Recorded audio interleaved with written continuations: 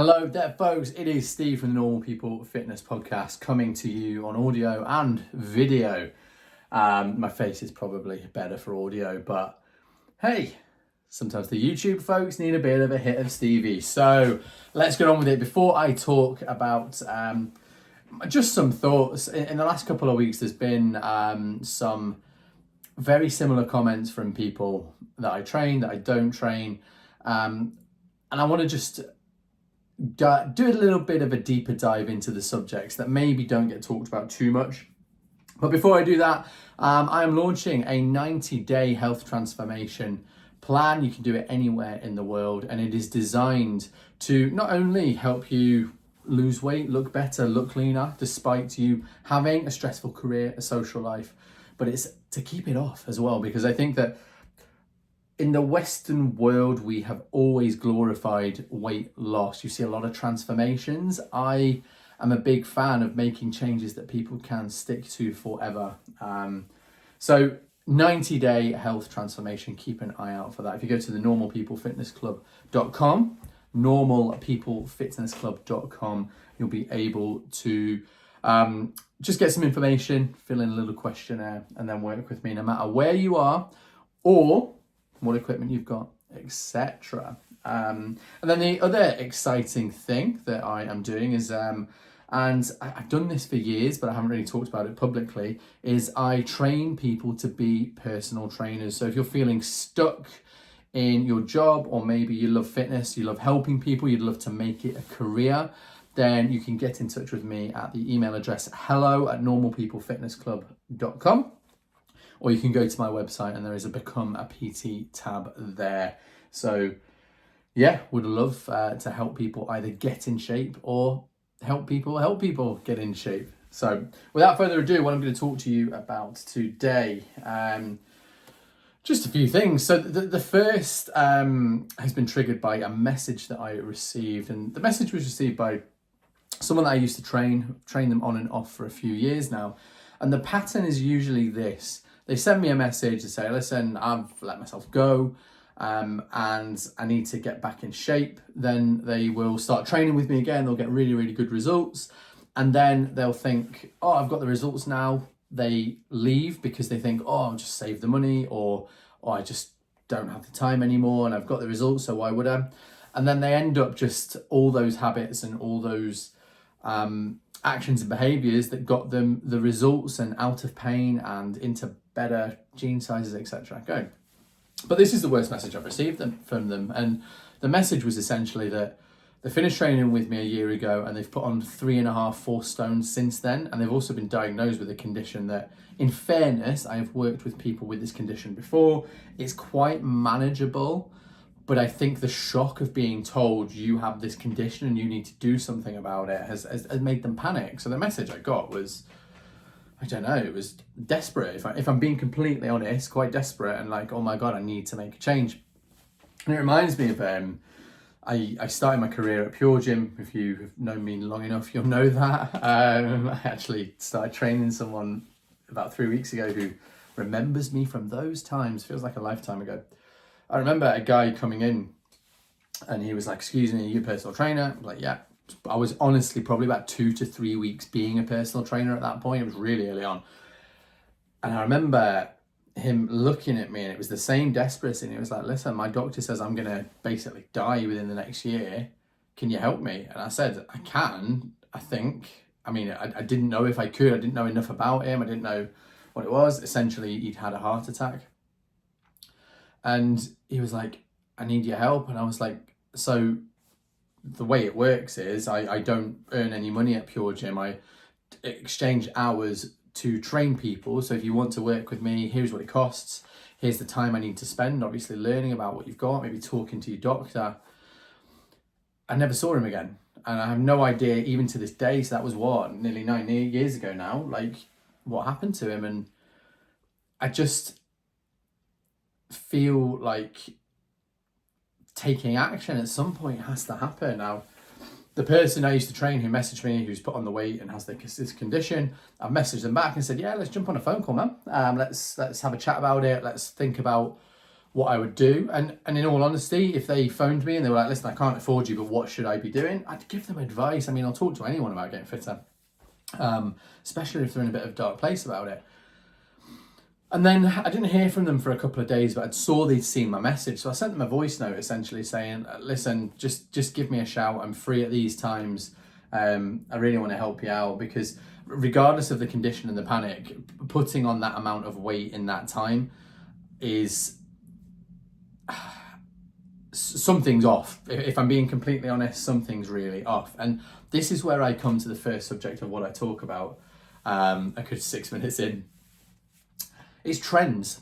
And I've been talking about trends a lot recently, because if you have followed me for a while, or you train with me, I know that a lot of the normal people, fitness club people, listen to this. I love data. I absolutely love it, because so often we can get bogged down in how we feel. And because most people, I don't think that's an exaggeration, most people have quite a negatively weighted opinion about their bodies, and they have no idea of how well they're doing relative to their own ability. And that's something I'll get onto as well. Data grounds what people are doing. So in terms of trends, the first question you have to ask yourself, and this is such a good question, because no matter where you are in the process, if you've not started, if I'm on a call with someone, I don't train them and I want to understand where they're at, I will say, what about a year ago, 2 years ago, where were you and where are you now? And what I'm trying to establish there is, what is the trend? For the people that I'm training, shout out to Jackie, who is definitely going to be listening to this. She listens to all of them. She's very, very data driven, but sometimes looks a little bit at the short term. And the trend for her is going where we want it to.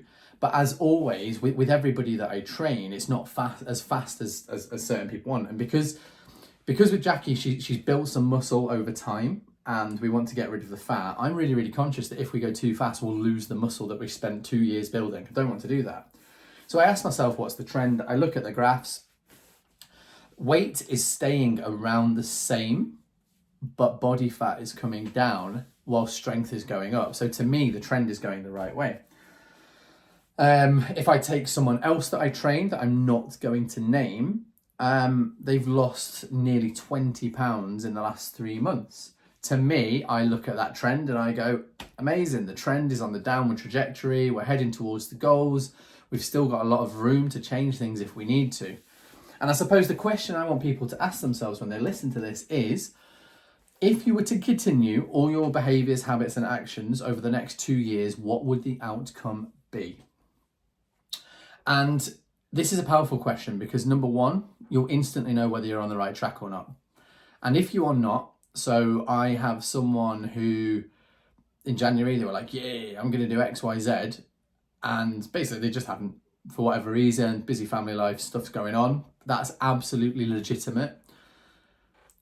But if your goal is to lose a dress size in 3 months, and you're not having the actions, habits, and behaviors that will get you there, then we need to look at those actions, habits, and behaviors to influence the trend.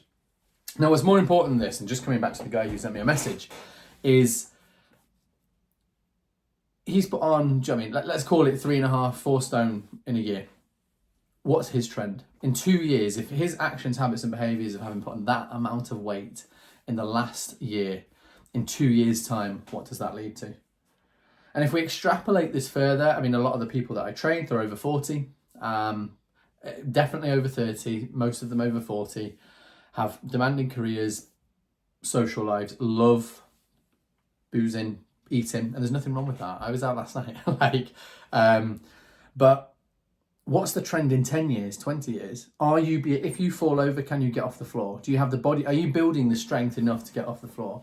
Do you have any, I don't know, genetic things we need to look out for, illnesses that in 10, 20 years you could actually prevent? So what is the trend? And it can be sometimes really hard to be objective about it. I mean, I know someone, again, they used to train with me. They stopped training with me just to save a bit of money.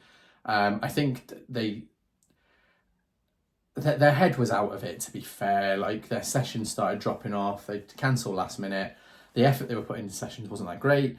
And then I've seen them in the gym that I train at a couple of times since, and they're not using heavy weights, there's no intensity, and you can see that they've put weight on. And the trend in their case, they went from 4 or 5 sessions a week training really smartly, heavy, with intensity, getting personal bests, etc. They've gone to maybe 2 to 3 times a week. They're not using weights that challenge them. The trend is just going backwards. So asking yourself what trend you're on and having an objective viewpoint on it, really powerful question, and will give you an idea of where you're headed. And then if the trend is not what you want, then you change those actions, habits, and behaviors. And this is where, in the example of the person who's lost 20 pounds in the last 3 months, they're quite frustrated that they aren't going as fast as other people.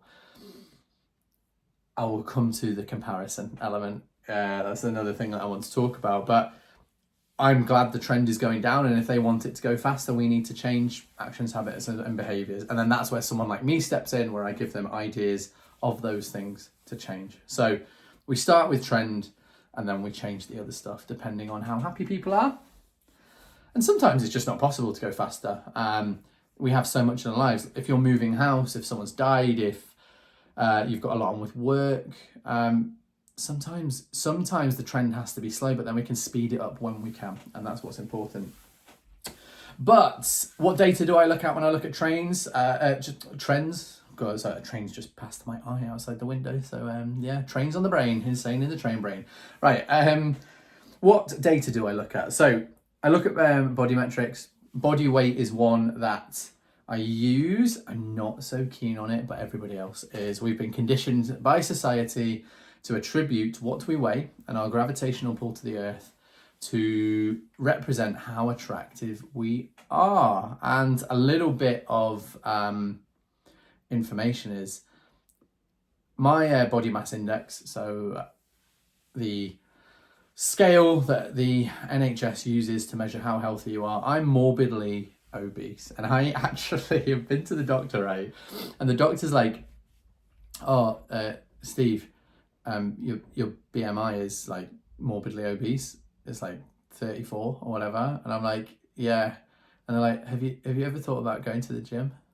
Like, "Yes, doctor, I have considered it." I dabble, but BMI is useful for people who don't train. Obviously, I've got a bit of muscle mass, I'm big boned, so it doesn't really apply to me. And that's where weight, it's a really hard metric to solve, especially when you start resistance training. But I use it because a lot of people come to me and say, "I want to lose 3 stone." Yeah, all right, let's do it. Let's do it. And then we see how we get on. I'm much more of a fan of old clothes, because if you have like a pair of old jeans or a dress that you can't get into, it's a pretty binary outcome. And I actually think that there's a point where you lose loads of weight where another pound doesn't really matter. It's like diminishing returns. You get past that goal weight and you're like, "Oh, I'm not that bothered anymore." But if you wear a dress, I mean, Janine, shout out to Janine if you're listening. Janine put a dress on. She is, I can't remember how old she is. That's terrible, isn't it? But 21? She's not 21. But she's got a dress that she used to wear when she was 19, a couple of decades ago. She's never fitted into that dress. We've got her into that dress. And it's really funny because I often tell people, don't compare yourself. You're not 19 anymore. Cortina's reference. You're not 19 anymore, so you can't compare yourself to that. But she's done it. She's absolutely done it. And that emotionally meant far more than hitting a goal weight. So body weight I use old clothes. If you've got a scale that measures body fat, I mean, the Withings scale, they're really, really good. The app that I use to train people also will just pull that data. If you connect it, if any of you've got those, it's pretty pricey, but the really cool thing about it is it can show you just really good health markers and then the trends that those health markers are going in, and it'll just do all the trend stuff for you. I will use things like your steps, your calories, and I just look at where's the trend going. The more data that I've got, the more variables I know about, the more things, more habits, actions, and behaviors that I can change, and then we get the outcome we want. Because let's face it, We want an outcome. So yeah. How do we speed up a trend? So let's say you are on the wrong trend at the minute. You've identified that you don't want to go where you're going. So if we take the guy who messaged me, he wants to not put on weight anymore. What do? So the first thing we have to do is we have to say, let's say he was 12 stone, he's now 16 stone. What outcome do we want in the next 2 years, 1 year, whatever it is? Because I prefer longer timescales and to work backwards. So if he wants 4 stone off in the next year, then how do we work backwards? It's a stone every 3 months, and then we can divide by there. And then what actions and behaviors do we need to do to get there? And this is the funny thing about the body, because the body adapts. So let's do what most people do. This person starts going to the gym 4 times a week, starts dieting on a restrictive amount of calories. You'll get good results in those first few weeks and probably drop half a stone. But then your body adapts. And this is where the strategy comes into it, and how you change those actions, habits, and behaviors. And when you change them, it's really, really important. I often I call it levers to pull. So I like to put people on more calories than they think, see how their body adapts, and then change a variable. And we'll see. And shout out to Elizabeth. Elizabeth started training with me 3 weeks ago. I put her on calories. She was like, oh my God, it's too many. And I was like, just please, just trust me. We will change it if I don't see any change from this. She's lost 5 pounds in 2 weeks on more calories than she could ever imagine having. There's reasons for that. I'll go into them another time. But when that trend slows down and when we don't see any more change, that's when I then change another variable. Maybe I take her calories down, get to do more exercise and stuff. Maybe it's more steps. Maybe we could manipulate carbohydrates, salt, loads of things. That's when I change things. So speeding up the trend is all about knowing what data points to look for, having a long-term vision, and then making sure there are variables left that you can change.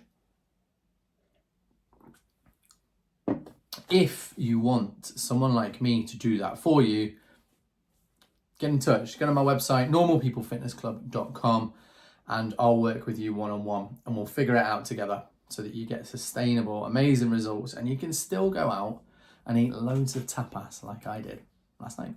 Right, next one. It's sort of connected. I've alluded to it. Comparison. Comparison is the thief of joy. God, it really is. Do you know, nothing does my tits in more than when I have seen somebody work really hard. They've achieved an outcome that I think is like, oh my God, you're on your way to doing it. You've figured out these actions and these behaviors. Like, I'm so proud of them because they've just grown so much and they've changed their habits and they're getting there. And then they say to me, oh yeah, but I saw someone else do it quicker. I hate it. I absolutely hate when people don't give themselves the credit for the hard work that they've done and the outcome that they've achieved that they said would make them happy. This fucking does my nut in. Oh no, I've got to put the explicit thing I swore. Oh my God. Anyway,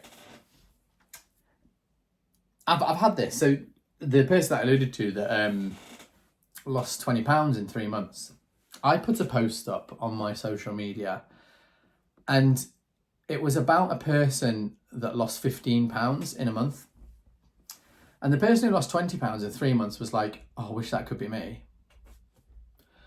And I said to them, right, I'm going to tell you the secret. It was me. I lost 15 pounds in a month. And they were like, oh, I wish that was me. I wish I could get results that quickly. And I said to them, like, listen, it was me who lost the 15 pounds in a month. And this is why it happened. Number one, in the 2 months prior to that, it was the Christmas holidays and I was really ill. So I couldn't train, I couldn't do many steps, and I was just eating foods that were really convenient to get through the day. I was quite burnt out as well. And then over Christmas, you spend time, you eat, you drink. So I had a lack of training. I'd eaten a lot of non-optimal foods. I was probably holding a hell of a lot of water weight. And I felt really bad. So my weight was probably £10 heavier than it should have been anyway. And then in January, I get really buzzing when people like are really into it and get motivated. That really like motivates me. So when I see my people like training hard and eating and like really in the zone, like, it just makes me buzz. So I decided also that I wanted to try some Thai boxing and some martial arts, because as much as I love like lifting weights and doing cardio and challenging myself in the gym, I've been doing this for nearly 20 years now, and it's not boring. Like, I still love it. I just wanted a new challenge, and there's something nice about someone else telling you what to do in something you're not very good at. And it's been so valuable because like I forget sometimes what it's like to step into an environment I'm not comfortable with. And at the training gym that I've got, they train European champions, Scottish champions, British champions in a lot of different martial arts. And these people, I mean, I talk to them and like they're so friendly and so nice, but there's still a part of me that's like, oh my God, what if I make a fool of myself? I'm supposed to be this like hotshot personal trainer that's supposed to be really fit. What if I can't keep up? What if I get hurt? What if like I just look a fool, that people laugh at me? So all the things that people starting like an exercise regime with me feel, I felt in this environment. And then going into it and not really knowing how to do it, like, or it just takes me a little bit of time. And essentially in January, I trained 27 times, and I'm not doing that to be like, oh my God, look at me, I trained 27 times. I just really enjoy training. So to me, it's not like I'm trying to lose weight, I'm trying to get an outcome. But when you put together that over Christmas and that illness, I was about 10 pounds heavier than I should have been. I hadn't really exercised with much intensity because I'd been poorly. I had eaten and drinking a lot over Christmas. And then you add a really good diet. I've been trying a few new protocols like on myself to see, do they work? And they do, because that was £15 a month.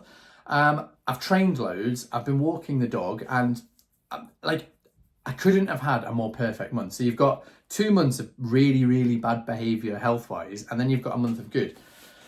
So that's the context. So they're saying, oh, I wish I could lose 15 pounds in a month. I was like, well, if you treat your body like I did, and then you train 27 times, you do all this stuff and you get too excited, it's cool. But then I started getting injured, and then I started getting niggles, and then I started getting tired and cranky. And this month, what are we on? We're on the 15th of February. So in 2 weeks, I've lost like nothing. And that's absolutely fine. I'm okay with that.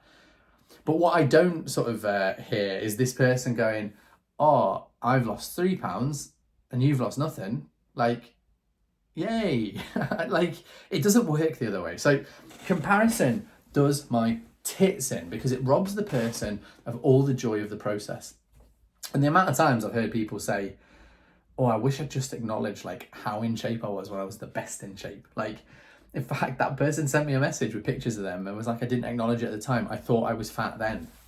No.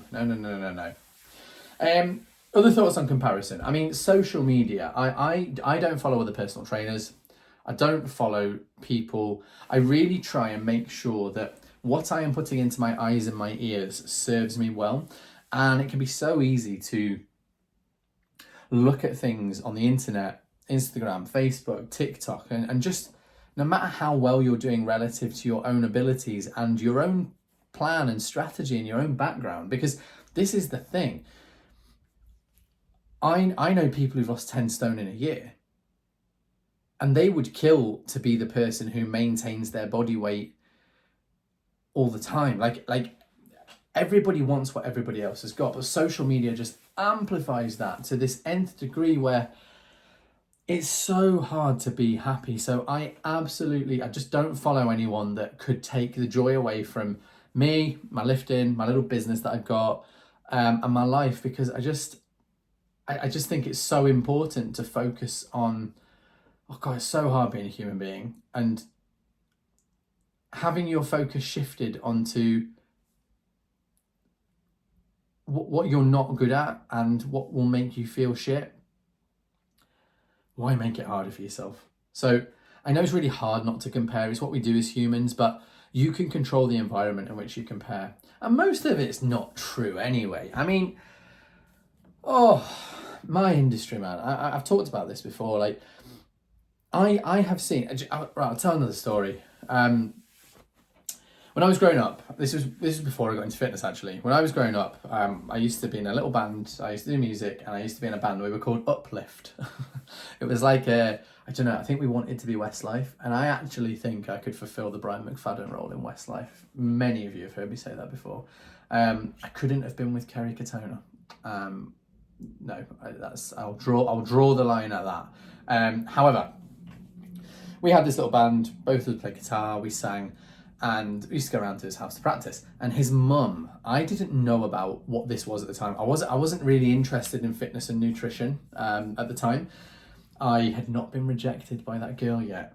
For those of you who don't know, I was rejected by a girl. She said I was too fat. So I went on this, I don't know, this Rocky-esque mission to win her heart by getting in real good shape. And do you know what? She was a horrible person, but at the time, it wouldn't have led me to what I'm doing now. So this guy's mum was a representative of something called the Cambridge Weight Plan, which, if you don't know what that is, it's essentially a very, very, very big crash diet. People lose loads of weight on it because you don't eat anything.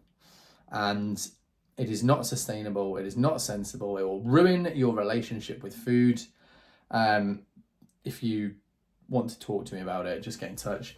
However, so she was doing this, and she actually, I'm sure this was years ago, but I'm sure she ended up in hospital because she just didn't eat for days. So her body was like, "What the hell are you doing?"